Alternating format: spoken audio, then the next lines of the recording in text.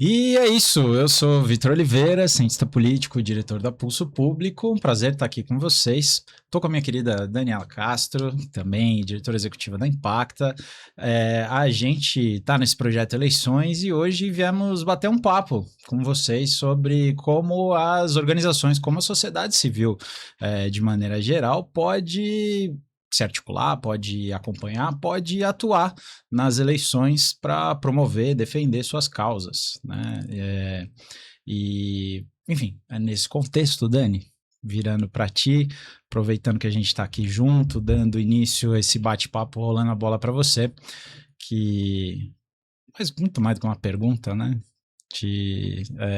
Querendo te ouvir como alguém que acompanha teu trabalho há muito tempo e agora tendo a honra da gente poder trabalhar junto, né, querendo saber como é que as organizações, como é que você acredita que as organizações devem se preparar, né, e também como você enxergou o crescimento da participação da sociedade civil, né, não só nas eleições, mas fazendo advocacy de maneira geral, Dani, que é uma das referências que a gente tem aqui no Brasil para isso. Primeiro também, né, agradecer, é um prazer estar aqui, Vitor. Acho que a gente resolveu trazer o que a gente conversa no bastidor para uma conversa mais ampla, né. Também é uma admiração mútua, acho que a gente pode unir aí estratégia, né, com ação prática, então vai ser ótimo esse bate-papo, não é só seu prazer, é meu prazer também falar sobre isso contigo. Falando sobre advocacy, que eu acho que nós 2 temos essa trajetória, né, de acompanhar a sociedade civil, eu vejo de 2 ângulos, um da parte prática, né, acho que eu saí de escritório de advocacia para ir para o terceiro setor numa organização que fazia advocacy, que era a Fundação Abrinq.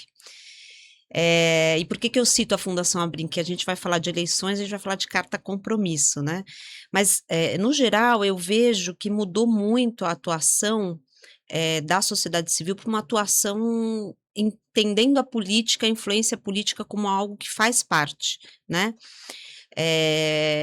Não só porque, você tem que falar sobre isso, mas para você gerar impacto real, a gente tem que falar de política pública, né.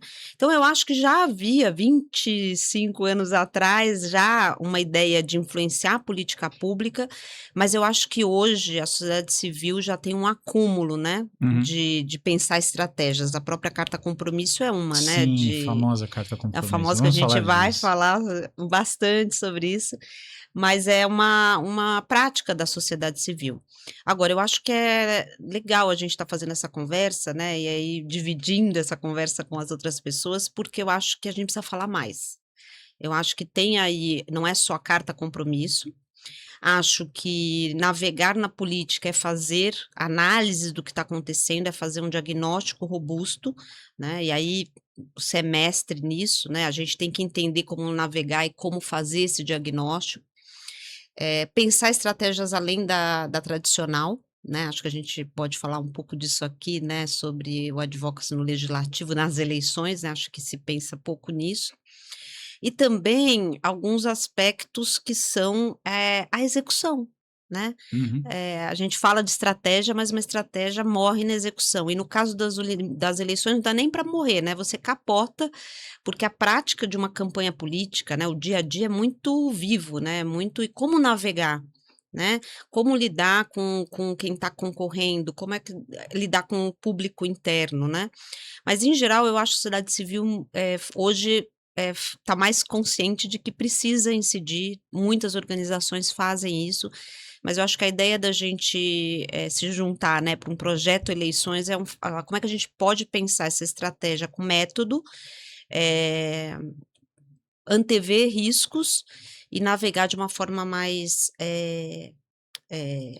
consciente, né, com Sim, mais direção. E aí eu queria, já que você provocou, né, bora. fala um pouquinho sobre o que você acha das cartas compromissos, né, acho que a gente Já pode vamos entrar entrar de nessa? eu Acho que eu acho, vou né. ganhar muitos inimigos. Não, não vamos chegar lá, Você não nem ganha tanto que eu inimigos. gosto delas, né? Aham. Até a gente teve a oportunidade de estar junto, né, em mais de um evento recente e questão das cartas compromisso é que elas são uma estratégia muito tradicional da sociedade civil, historicamente, né? Fazer algum tipo de manifestação e pedir para que seus representantes, para que os interlocutores no poder público, candidatos na hora da eleição, se comprometam com determinados pontos de uma pauta, acho que tem a ver com a própria Constituição, a prática política do que a gente entende ser sociedade civil, né? Do ativismo, enfim. Então tá tudo certo, né? Qual que é o problema? A gente achar que esse é o único instrumento e que ele se basta em si mesmo, né? Assim, temos uma necessidade de que ele seja corroborado por uma série de ações posteriores e que ele também seja utilizado por um planejamento prévio. Então, acho que muito do que a gente busca agora, né, trazer para as organizações, disponibilizar para a sociedade, é que elas saibam exatamente o que fazer e o que não fazer, né? Os sims e os nãos, né? Quando melhor utilizar. Esse instrumento da carta compromisso, ele é interessante? Por que que ele é? Né? O que que eu quero com ele? Eu quero abrir portas, eu quero, de fato, fazer com que determinadas políticas públicas sejam, dali por diante, contem com a opinião de mais atores, que aquela organização que está levando adiante, ou aquele conjunto de organizações que estão levando adiante aquela carta, o que que elas vão fazer com aquilo depois, né? Elas vão, no momento de transição, utilizar aquela carta para ter mais influência, elas vão utilizar aquela carta para depois criar algum tipo de constrangimento público, ou elas simplesmente estão fazendo a carta porque, precisamos fazer alguma coisa para as eleições. Então, eu vou criar aqui uma carta e vou mostrar para o candidato. Se for só isso, eu acredito que é um desperdício de recurso que pode ser melhor utilizado em outras ações. Né? E a gente é muito consciente dos recursos que são escassos. Né? Diferentemente do setor privado, a gente sabe que a maior parte das 800 mil organizações da sociedade civil aí do Brasil, a maior parte delas tem pouco recurso. Então, se quiser fazer alguma coisa nas eleições, tem que saber muito bem o que está fazendo. Né? Então, é mais nesse sentido, mas eu queria muito te ouvir. Eu acho, não, você tocou em pontos fundamentais. Para né, o que você quer com essa carta? Então, assim, os recursos são escassos mesmo. Por isso que eu acho que começa a articulação e depois eu vou desenvolver um pouco mais isso, mas o antes e o depois, né? Então, assim, vai fazer a carta para não usar, é o que você falou, os recursos são escassos e a gente às vezes pensa em influência em eleições e a carta compromisso vem, mas existem outras estratégias que talvez você possa melhor utilizar. Eu acho que tem um desafio que todo mundo fala da banalização, então todo mundo assina. Eu lembro de tempos atrás em que até candidatos assinaram em cartório, né? Eu assino o que eu vou fazer, ou que eu não vou sair mais eu vou cumprir os 4 anos. Então, esses compromissos, né? Teve muito isso, né? O cara fala, não vou disputar outro cargo, né? Então o cara se candidatava a prefeito, e aí falava, não vou sair para governador de jeito nenhum. Assinava em cartório. E o que acontecia? Isso era um compromisso que não era nem carta compromisso, era um compromisso público de campanha, né? Carta compromisso com a sociedade civil começou também a assinar qualquer coisa então eu entendo, né, esse desafio, mas e eu acho que tem um problema estrutural, né, que a gente não tem um programa de governo, né, a gente não tem uma obrigação que o candidato cumpra. Então, assim, já a fragilidade já é estrutural, né? Então, a gente não tem tanto que um programa de metas de São Paulo, por exemplo, né? Que até os atletas com que eu trabalho ajudaram a aprovar, junto com movimentos aqui da cidade. Existe uma regra na cidade de São Paulo que o prefeito precisa dizer quais são as metas dele. Exatamente, e se comprometer com elas, né?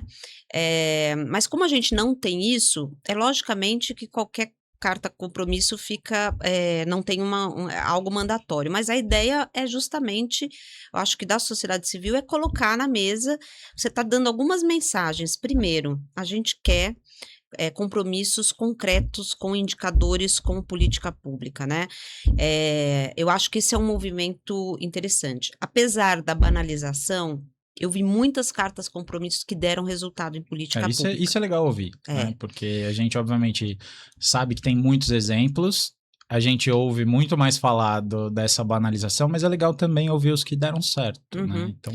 Porque tem muita coisa que acabou entrando depois no mandato, na política pública, né? Então, assim, às vezes não se faz um alarde disso. E a gente também não faz quando não cumpre, né. Mas eu já acompanhei algumas que foram para adiante, ou seja, a carta compromisso foi depois levada embaixo do braço para quem ganhou. Uhum. E aí tem alguns elementos que eu acho que a carta compromisso ela ajuda eu acho que a gente tem que fazer com que o poder público nos leve a sério, Uhum. né. Eu acho que eu sou uma defensora, assim, da sociedade civil como um ator político relevante, não é uma ONGzinha, entende. A sociedade civil, o poder emana do povo, né, então, assim, a sociedade civil organizada é o caminho se for para falar quem, né, tem uma legitimidade para falar de temas públicos e políticos, é a sociedade civil organizada, e se organiza para poder levar a pauta. Então eu acho que, primeiro ir com essa postura, né, de que nós não estamos fazendo um pedido para assinar qualquer carta. A gente está falando de um compromisso público com indicadores, que é o que a gente tem problema no país e no mundo, né, que é a implementação de políticas. Não A gente estamos tem falando de leis. qualquer coisa, né? Exatamente.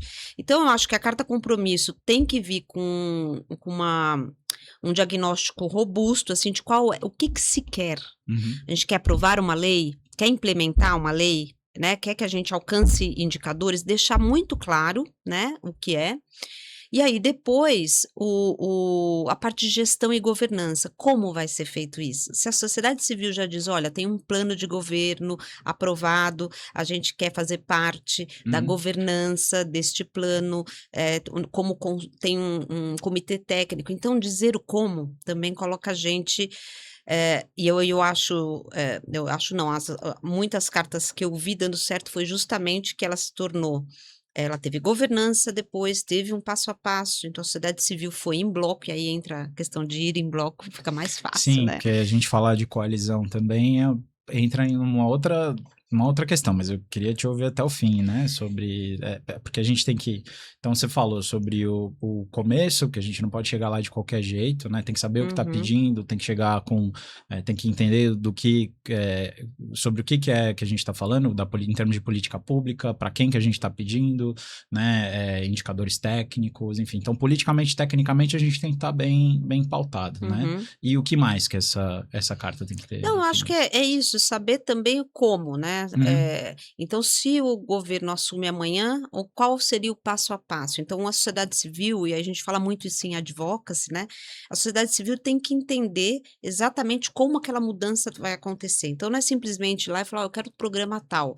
Se você não fez um bom mapeamento, esse programa já existe, ou tem um programa parecido, então a sociedade civil tem que ser mais profissional nesse sim. ponto.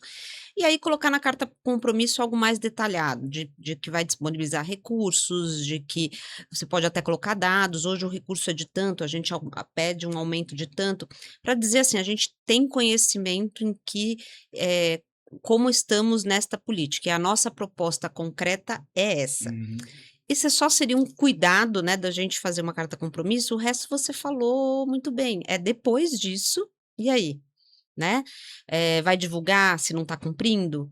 E como que a gente chega se o objetivo, por exemplo, é implementar uma política, eu acho que carta compromisso ajuda muito. Uhum. No dia seguinte é ir lá, ou seja, a articulação das eleições não acaba na eleição, né, Não, pelo acaba contrário, é depois, só o né. primeiro passo, né. É, é. Acho que, antes da gente falar especificamente desse momento pós-eleitoral, que para mim faz parte, Uhum, né, uhum. eu queria te ouvir também sobre, como é que é esse processo de coalizões, né, porque durante as eleições é um momento mais propício até, né, é mais comum que as organizações se articulem em coalizões, embora isso seja natural em vários momentos, né, e a gente sabe que isso não é uma coisa simples, né. Eu, Total. por exemplo, a minha experiência é de ter um entendimento que as organizações, de maneira geral, acabam perdendo muito da sua flexibilidade, da sua iniciativa quando estão em coalizões, mas ganham, obviamente, sua capacidade de projetar, né, poder. E a gente sabe que no nosso sistema político, no governo representativo, é um negócio fundamental agregar, né? Você Uhum, e mais quantos aí? Né? É uhum, sempre essa uhum. pergunta, né? E voto, né? Ou seja, quem foi eleito, respeita voto. Então, quando você chega lá com, né, Exatamente. uma rede né, uma estrutura, quando você agrega preferências, né, você está sinalizando algo para quem foi votado, ou para quem entende que a legitimidade do sistema político se dá, né, no entorno da representatividade. E então coalizões são super importantes, a gente sabe, mas ela tem uma série de desafios, né? Tem essa questão de você precisa ficar acertando, costurando os pontos, né? E um debate que a gente teve recentemente, e eu acho que um ponto muito interessante é que a gente constantemente fica preso apenas nas questões que as organizações conseguem fazer juntas. E perde a possibilidade que as organizações têm de atuar coordenadamente, mas de maneira diversa. Cada um com a sua especificidade, cada um com a sua especialidade, né, com as suas características, com o seu público, né? E acho que em coalizões a gente tem um desafio adicional que é, além de ter essa individualidade representada num coletivo das organizações, que não é uma coisa simples de articular, aliás, um baita de um desafio. Então você tem essa questão dessa gestão, você tem a parte de governança, outros critérios, né? Outras coisas, porta-vozes, né? Então tem outras coisas que a gente precisa definir, né, Dani? Não, olha, eu acho que a gente tem que fazer um podcast sobre Só coalizões, sobre isso, né? Eu concordo em tudo com você. Primeiro, falando de coalizões em si, para entrar nas eleições, eu acho que coalizão é uma das principais estratégias de advocacy, né? Você usa, geralmente se faz influência política, né? O lobby, coalizões, comunicação. As coalizão ela se traduz em poder político, né? Acho que isso é o que a gente leva para a eleição que você falou do voto. Mas tem o desafio, mas geralmente as organizações estão em coalizão até para pós-eleição, né? Sim. E aí realmente o desafio, eu não sei se eu te entendi bem, mas eu acho que tem uma parte que elas têm que aproveitar, né, o que elas fazem de melhor e não fazer todo mundo a mesma coisa, né? Que eu acho que é isso que você falou, né? Aproveitar.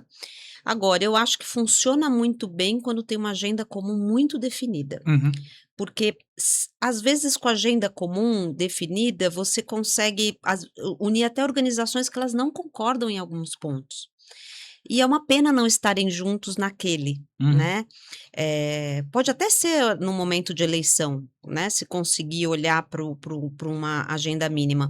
E eu acho que coalizão, ela reflete o mundo político, né? A gente, como sociedade civil, tem que saber estar em coalizão, né? Porque a gente briga né, na democracia, a gente vai para o Congresso tentando aprovar leis, né? Falando com bancadas diferentes. Então, em coalizão, a gente testa justamente o embate de ideias. A gente precisa se organizar, e aí você falou da governança, então para mim tem que ter agenda, tem que ter um mínimo de um regimento, eu não acho que tem CNPJ, nada disso, mas a governança, como é que a gente aprova, como é que entra, né? Você tem fazer uma gestão ali, porque senão você pode perder muito tempo, né? E ficar naquele assembleísmo. E é um poder político muito grande, né? De se você vai em coalizão, você leva um monte de nomes junto, né? Organizações fortes, né? Organizações que estão ali, que tem uma capilaridade, e isso ajuda muito. Mas agora eu que vou te fazer uma pergunta pegando esse gancho, porque eu acho que a gente fala aqui do legislativo. Carta compromisso está no radar, eu acho que coalizão as organizações fazem, acho que é importante falar sobre isso, mas você fala uma coisa que eu acho muito interessante, que é o advocacy, né, para as eleições pro legislativo. Fala um pouco sobre isso, o que você vê para essas eleições também, se você puder juntar? Não, perfeito, Dani. Acho que a gente tem uma tradição no Brasil, por ser um país presidencialista, formalmente presidencialista, de olhar para a eleição no Poder Executivo, né, eleição majoritária, ou seja, aquela que a gente define prefeito, governador e presidente da República, e enxergá-la como a principal eleição, né? Tanto que é muito curioso, as eleições em que mais tem participação do eleitorado são as eleições municipais, mas a gente chama de eleições gerais e trata como principais as eleições que têm a presidência da República. É um negócio muito curioso isso. Mas enfim, deixando essa curiosidade, né? Fatos curiosos ali do cientista político de lado. Quando a gente pensa como o sistema político brasileiro está articulado, né, hoje em dia, o poder ele é distribuído de uma maneira que o executivo e o legislativo eles precisam se juntar para que a governança do sistema político, para que as decisões sejam tomadas. Então, não existe o executivo passar por cima do legislativo. E o legislativo, por mais forte que esteja ficando, ele sozinho também ainda não é suficiente. Talvez a gente vá caminhar para daqui muitos anos ou daqui a algum tempo para Esse uma é outro mudança. podcast, Esse é né? outro Porque papo. é uma análise muito interessante a gente E que fazer. envolve, inclusive, um pouquinho de bola de cristal, né? Mas, assim, a gente prevê para onde a coisa está caminhando. Mas, tirando esse lado de tentar entender para onde a coisa macro vai, quando a gente olha para como funciona atualmente, a gente tem o governo federal, quem encabeça ou quem chefia o governo eleito na eleição majoritária para a presidência da República, mas ele não governa sozinho, ele precisa chamar os partidos políticos que estão representados no Congresso de maneira geral para governar. Né? E como que ele faz isso? Em geral, um instrumento clássico do presidencialismo de coalizão, que a gente viu principalmente no governo, nos governos FHC e no governo Lula 1 e 2, chama ministros que fazem parte do legislativo ou que são indicados por partidos que têm tamanho, representatividade na Câmara dos Deputados e no Senado Federal. Esse instrumento funcionou e estabilizou de alguma maneira as relações políticas no Brasil por um bom tempo, mas ele já não está mais assim. A gente tem outros mecanismos de influência que fazem com que os partidos políticos não estejam tão afim assim de terem ministérios, eles conseguem influenciar a política pública por meio de controle de recursos por outras vias, fundo partidário, fundo eleitoral, emendas ao orçamento que tem crescido muito em volume, e o orçamento também está cada vez mais comprimido por recursos carimbados, aí uma outra discussão também sobre política fiscal, não vamos entrar nela, né? Independentemente do lado em que a gente está, a situação é que de alguma maneira, hoje em dia, é mais relevante ser presidente de partido do que ser ministro. Incrível Isso faz né? com que a eleição para o legislativo fique tão, pelo menos, importante quanto para o executivo. E a nossa sociedade civil, as nossas organizações, a maneira como a gente enxerga a política, continua sendo enviesada para o executivo. As nossas organizações estão preparadas para atuar e pautar a eleição presidencial, a eleição dos governadores. Então, estão pensando em quem vai ser o secretário de educação, quem vai ser o secretário ou a secretária de meio ambiente, de saúde, de segurança, né? O ministro, a ministra, né? Os diretores, coordenadores das políticas públicas, dos ministérios, mas não estão pensando em quem que vai ser ou quem serão os senadores e deputados, né? Ou estão pensando pouco e estão dedicando pouco recurso para isso. Por vários motivos. Seja porque existe uma premissa de que não dá para trabalhar a eleição para o legislativo, que eu acho que é falsa. Ela é mais difícil, ela é mais custosa, sim, é verdade. Tem múltiplos atores e tal, mas não significa que não dê para trabalhar. E esse ano a gente tem uma oportunidade, que é a eleição para o Senado. Né? Principalmente para o Senado. Mas a outra questão é a seguinte, falando, tá, tudo bem, quer dizer que é difícil, então a gente não vai trabalhar, a gente vai entregar, né? A gente não vai fazer nada. E as organizações da sociedade civil vão passar depois 4 anos reclamando do tabuleiro que foi montado para elas jogarem. E não vão ajudar a montar as peças. Nesse ponto, eu acho que tem uma... É muito importante saber o que a gente quer atingir, né? Eu acho que isso é fundamental. Tem causas que o impacto que ela precisa, ou ela está numa fase de implementação, que ela precisa fazer no executivo, uma estratégia, claramente. Mas é o que você falou, não é só isso, né, que vai fazer... Muitas das causas, apesar de ter uma ação no executivo, que você precisa acompanhar uma implementação, etc., ela às vezes sofre e fica a risco de retrocessos pelo legislativo. Então, abandonar... Então, eu acho que primeiro tem que estar muito consciente de qual é o impacto que se quer, né, e qual as variáveis aí que podem impedir esse impacto. E muitas causas o legislativo é importante, né? Então, isso é fundamental. Mas uma coisa que você fala sobre gastos, né? Eu acho que com uma estratégia a coisa fica mais fácil, né. Também a gente fala assim: "Pô, é muito difícil". Muitas vezes a gente fica perdido, né, como é que a Sim. gente vai atuar? Então primeiro é fazer uma estratégia. E muitas vezes, você pode ter um foco, né, você fala muito sobre o Senado. Fala um pouquinho, acho que o Senado é aí, né, um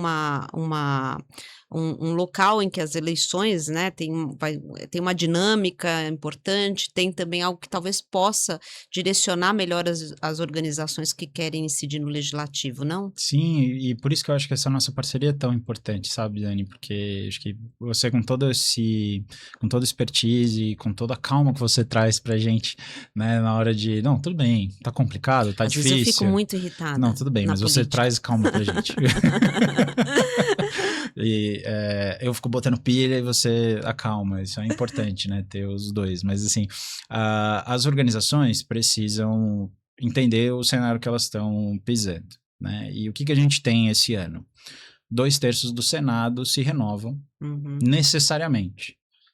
Do terço que fica, ainda talvez mais alguns vão sair porque se candidatam a governador ou outros cargos, né? Enfim, mas desses 2/3 que estão de cargos, né, de assentos no Senado, que estão se colocando necessariamente para jogo, a gente tem aí 2 senadores por estado. Então são 27 e por unidade da federação, né? Tem mais o DF. Então são dois cargos, pelo menos, ali, numa eleição majoritária, que é diferente da eleição para deputado federal, para a Câmara dos Deputados, que é uma eleição de lista aberta, voto proporcional, uhum. muitos mais candidatos, muito mais variáveis, alternativas. De fato, é muito mais difícil você saber quais são as candidaturas competitivas ou não. Eleição para deputado federal, e deputado estadual também, enfim, por tabela, né, a eleição proporcional, ela tem uma lógica diferente, ela se distribui no território de maneira diferente, muitas vezes, né? A eleição para Senado é uma corrida de ganha quem tem mais voto no estado todo. E são menos candidaturas, né? Então, é um número menor de candidatos. Ou seja, as organizações conseguem, caso se planejem, Uhum. façam um preparo mínimo, entender, tudo bem, eu não consigo trabalhar as 27 unidades da federação, mas para minha política pública é mais relevante essa unidade, esse estado. Uhum, Então, nesses estados, a gente vai se articular para pensar quais são as candidaturas com as quais a gente vai ter uma interlocução mais forte. uhum. Ou, de outro modo, pensar nós queremos conversar com pelo menos um candidato competitivo em cada unidade da federação, e aí conseguir conversar presencialmente, ou através de parcerias, né? Quem tiver coalizão, representantes locais, ou ainda fazer conversas virtuais, quem conseguir. Enfim, tem uma série de ferramentas alternativas para as organizações participarem e, principalmente, iniciarem um relacionamento. Esse é o ponto, né, que é o pós, mas, assim, todo o recurso que se gasta fazendo isso, digamos, é um investimento, É né, no isso, final, porque é isso. você lá na frente você vai continuar, né, vai precisar dos relacionamentos para fazer, né, para ter para continuidade, para que a política ande, né, no A gente futuro. não tem mais o mesmo mecanismo de financiamento privado que a gente tinha anos atrás, mas eu quando comecei minha carreira, né, como cientista político, eu fui contratado para instituições do sistema financeiro, enfim, que na época o que que elas faziam? Hedge eleitoral. Elas se Uhum. protegiam. Como é que elas se protegiam? Financiando Doava todo todas as mundo. candidaturas. É, Então, um pouquinho para você, um pouquinho para você, um pouquinho para você, um pouquinho para é. você. Qual que era o objetivo delas? Conversar com todo mundo depois das eleições. Uhum. A sociedade civil organizada, enfim, não vai fazer isso. O que a gente vai fazer? O que a gente pode fazer? Né? Mostrar as causas para todo mundo, mostrar que as organizações podem ter um relacionamento republicano, um diálogo democrático, né? E serem capazes de ter voz em todas as situações. Claro que você não vai conseguir conversar e nem talvez deveria conversar com todo mundo, a depender da causa que Uhum. você defende. Mas acho que o mais fundamental é entender que é possível, com bastante inteligência política, planejamento, né, e uma ação qualificada, né, direcionada, construir esse relacionamento que vai ser necessário pelos próximos 8 anos. São 2/3 do Senado que lá estarão por 8 anos. Né? Então, é muito tempo para a gente não fazer nada agora. E essa janela de oportunidade está sendo dada agora. Não, e agora você falou de relacionamento, vou falar um pouco do porta para dentro, né? Porque Perfeito. o que você falou é o relacionamento, o que que é a incidência nas eleições? Primeiro, fazer de forma planejada, porque eu sempre falo que a advocacy é uma estratégia para trazer mudança, né? Não é lobby propriamente, porque você usa comunicação, você usa coalizão, mas o plano, e foi isso que me fez ter mais sucesso nas ações de advocacy, ele te ajuda a você navegar numa coisa que é imprevisível. Política é imprevisível, é complexa. Então, um planejamento dá para você pensar assim, com antecedência, porque você, na época de eleições, os candidatos eles ficam com a agenda lotada. Sim. Né? Então é muito bom você planejar, saber quem pode ser os articuladores, como é que vocês, que aí a gente até falou de outras estratégias de advocacy, né? Entrar em debates que já estão, talvez pautar jornalistas, tem tantas outras estratégias que você pode pensar com um tempo, né, suficiente. Mas também muita gente pergunta, ok, mas ou tem um receio, eu acho, muitas organizações, mas como é que eu navego neste mar, né? Porque uma coisa é eu planejar, mas e os desafios de executar uma ação política em campanha, né? Eu acho que a gente, na sociedade civil, tem ainda um aprendizado das organizações. Tem pessoas que estão entrando agora, né, nas organizações e falam assim, como é que eu faço política, né? Como é que eu navego? Então já é um desafio. Nas eleições, ainda tem um desafio maior, porque os candidatos estão completamente estressados, estão querendo ganhar, às vezes vão querer utilizar a imagem da organização, às vezes vai ter uma crise, às vezes as organizações têm um instituidor que é um empresário, vamos dizer assim, ou que eu também acho que você falou num ponto muito interessante, a estratégia de advocacy para as eleições tem que variar de acordo com o perfil da organização. Tem organizações que elas vão mais para denúncia, o papel delas tem uma Isso é independência. muito importante, Isso é né? muito, porque Esse olhar você para dentro, saber quem você é, né? Se exatamente, conhece-te a ti mesmo, né? exatamente, que vai influenciar também o relacionamento. Eh, e a outra é você ser uma organização mais colaborativa. E dá para fazer isso de forma se você pensar antes, você pode fazer de uma forma usando a comunicação, o jeito de fazer, os materiais, etcétera, e a estratégia de uma forma diferente. Em todo caso, uma coisa que você falou e aí até antes de ver os riscos. Um planejamento você consegue ver os riscos políticos. É você ter assim, ó, o risco é esse, risco reputacional, né? Há riscos aí que você pode antever. Mas eu acho que, Que é um dos grandes receios das é, organizações, né, de maneira geral. acho Não que é. vou mexer com a eleição, Acho que é. que esse negócio aí vai me dar problema e tal. Certamente há riscos, né? Mas viver é arriscado, Viver né? não, e mais do que isso, uma organização da sociedade civil em geral, ela quer um impacto social, político, ambiental, a maioria.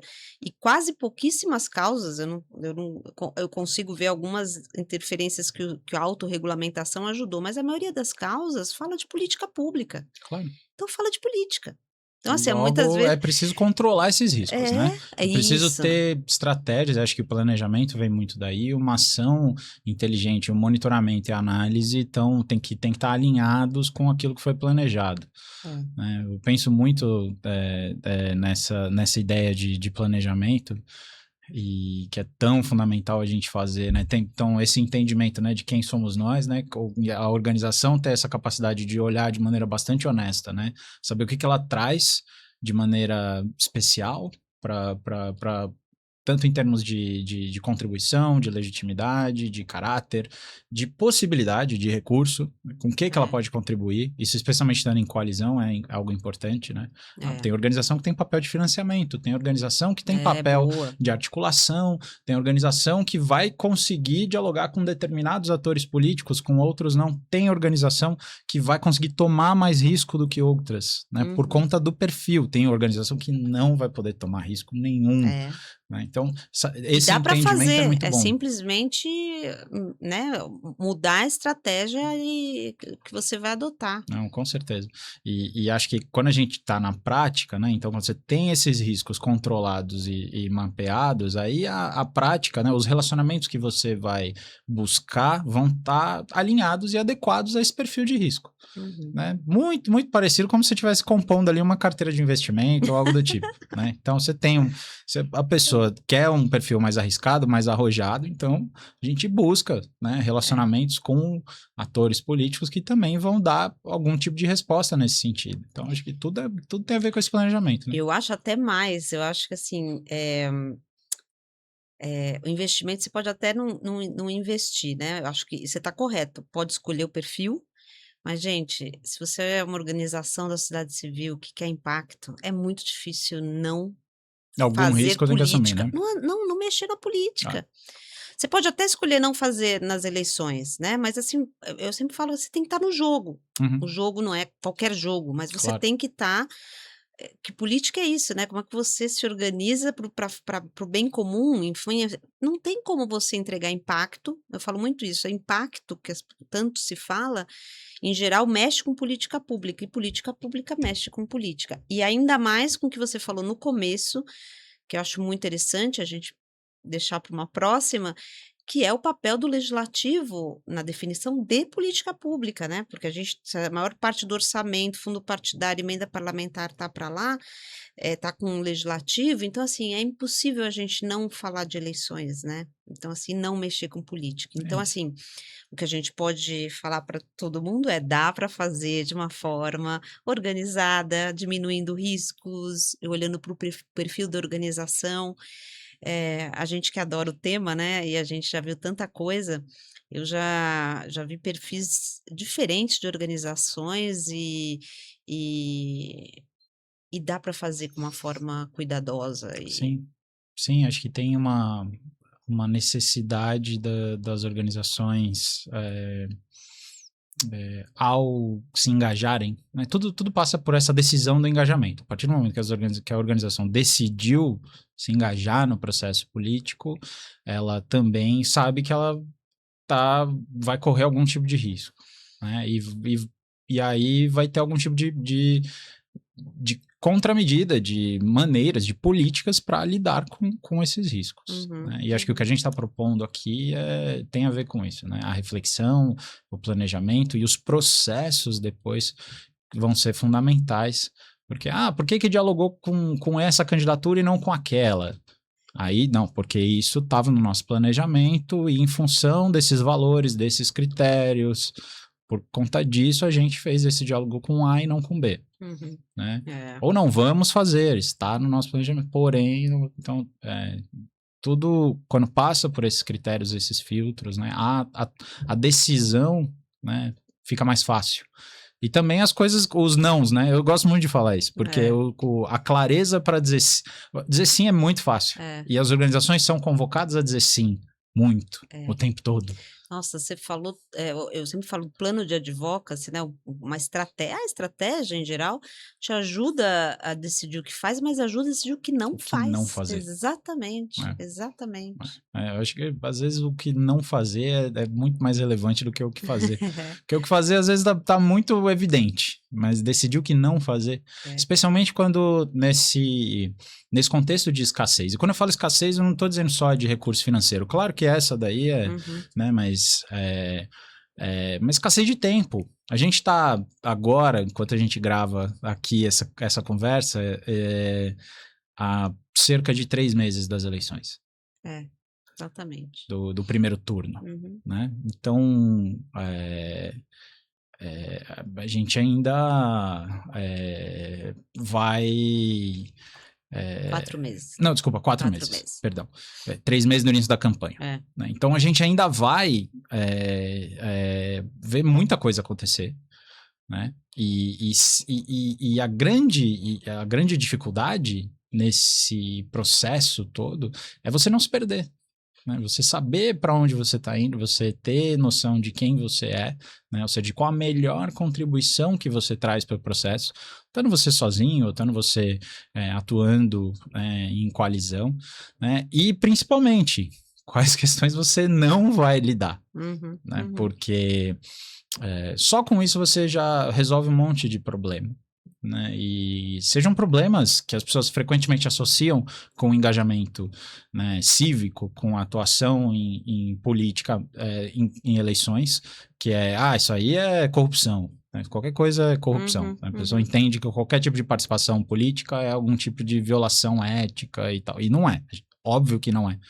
Não tem nada mais cidadão do que você, uma organização, um grupo de cidadãos que se une para discutir uma determinada causa, para defender uma determinada questão, um determinado tema, se une para discutir isso nas eleições. É tão fundamental. E a maior tristeza que pode haver, né, são essas próprias organizações se furtarem por receio. A gente sabe que tem regra de compliance, que tem várias questões que são importantes serem, né, ressalvadas, mas assim, organizações políticas que não participam do momento tão crucial para a política, né, não é só triste, de um ponto de vista mais assim, filosófico, mas é muito problemático, porque essas mesmas organizações posteriormente estarão jogando o jogo da política institucional sem ter ajudado a formar aquele tecido sobre o qual elas estarão deitando, né? E não só o tecido, acho que você me fez pensar em músculo, porque a musculatura que você ganha é isso, estar no jogo. Logo depois você vai falar com interlocutores do governo, né? Se você vai querer o impacto, estar no jogo, você tem que fazer isso toda hora. Na campanha, também te dá músculo. Porque uma campanha, né, quem viveu uma campanha, a campanha é muito dinâmica, né, ela traz, questões que você tem que se decidir rapidamente, né, você faz relacionamento que depois lá na frente você, eh, na questão filosófica, é realmente um momento democrático, né, da democracia muito bacana, né, de ver e de participar, mas ganha músculo para as organizações, que eu acho que um dos pontos é os times internos, né. Acho que a gente tem que aprender a navegar no mundo político, né, porque senão a gente fica uma organização que fica olhando: "Ah, eu quero mudar o mundo, mas eu não me meto com isso", então não vai mudar o mundo. É isso. Entendeu? Se não se mete com política, não muda o mundo, basicamente é isso. Ainda mais num país em que a gente tem o Estado com a maioria das políticas, né, ela é relativa o Estado tem uma intervenção, as políticas públicas têm uma mesmo que você não vou falar nem orçamento público, as regras, Sim. né, regulamentação de uma área, de um tema, tudo passa por política.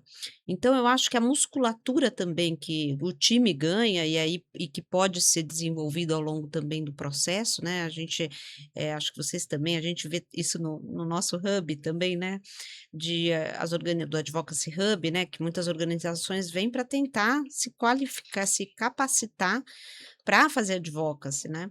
Então a musculatura da campanha é uma musculatura interessante, porque a gente começa a entender mais de política, começa as decisões, a tomada de decisão muito rápida, né, negociação, que eu acho que é depois uma coisa para a gente falar em outro podcast que é um desafio da habilidade pessoal de quem está numa organização, negociação é complicado. Então acho que a musculatura, além do tecido, né, que se ganha, né, nesse processo é Não, importante. e fundamental para esse processo de transição, né? Porque esse pós-eleitoral é um momento crítico, né? Nas eleições você planta ali as sementinhas e começa os relacionamentos com quem você mapeou, né? Nas campanhas, enfim. Os próprios candidatos ao legislativo também, né? Ou seja, você está engajado não só no executivo, mas na eleição para o legislativo é importante, porque depois esses próprios candidatos no legislativo vão também te abrir portas e facilitar o diálogo no período de transição, e aí essa transição que vai compor ali a primeira coalizão, o primeiro como início do governo, e Mas isso acho que a gente vai precisar de um outro A podcast gente para vai falar ter que dessas coisas, deixar, né? acho que vamos fazer outro, né? Vamos ter que fazer outro, já é isso, Dani. Mas foi bom, né? Mas, Vitor, é muito bom conversar com você e é muito bom também a gente estar junto, acho, unir forças para a gente poder ajudar as organizações. A gente tem a sorte, né, e a escolha, né, de trabalhar com causas, né, que eu acho que é eu acho que é algo que eu me orgulho, assim, né, de a gente poder fazer o advocacy para causas que a gente sabe que mudam o país. Se a gente olhar, né, tantas causas que hoje a gente tantas tantos avanços que foram pela sociedade civil se organizar e tentar influenciar a política. Então acho que a gente tem aí esse trabalho, né, de anos, em muitas causas, então a gente está junto para ajudar esse momento decisivo e que eu acho que precisa mesmo de uma incidência, eh, a gente falar sobre a incidência em eleições. Eu acho que, as organizações vêm pedindo, eu acho que precisa a gente falar de método, de estratégias e como que a gente executa, como a gente mapeia, e a gente está junto nesse projeto Eleições, para ajudar organizações e causas que a gente acredita, e com vocês, com você, é uma honra para Não, Impacta. falo para não chover no molhado, né? Você sabe que tudo isso é recíproco. Acho que a gente tá junto nessa caminhada, né? Você mencionou o Advocacy Hub, acho que a gente teve junto com tantas outras pessoas, né, É. que nos ajudaram aí desde a fundação do Advocacy Hub também, nessa caminhada de mais de uma década já, né? É, E quem levando, queira, né, né? se capacitar, E, vai. e não só no Advocacy Hub, mas também na Impacta, aqui na Pulso Público, a gente levando, né, para as organizações, para a sociedade civil, para quem tem compromisso com a sociedade, com o meio ambiente, enfim, no Brasil, metodologias, né, processos, enfim, tentando realmente ajudar as pessoas, desde a etapa do planejamento até a etapa da execução, a transformar a sociedade por meio da defesa e da promoção das suas causas, né? Uhum, Então, você aí que está acompanhando a gente, uhum. gostou disso que a gente falou? Né? A Pulso Público e a Impacta estão à disposição para ajudar a sua organização a transformar o Brasil nessas eleições. Então, entre em contato com a gente. E é isso. A gente fica por aqui hoje, né, Dani? Fica. E vamos fazer outro, né? Com certeza. Vamos precisar. Obrigado. Obrigada.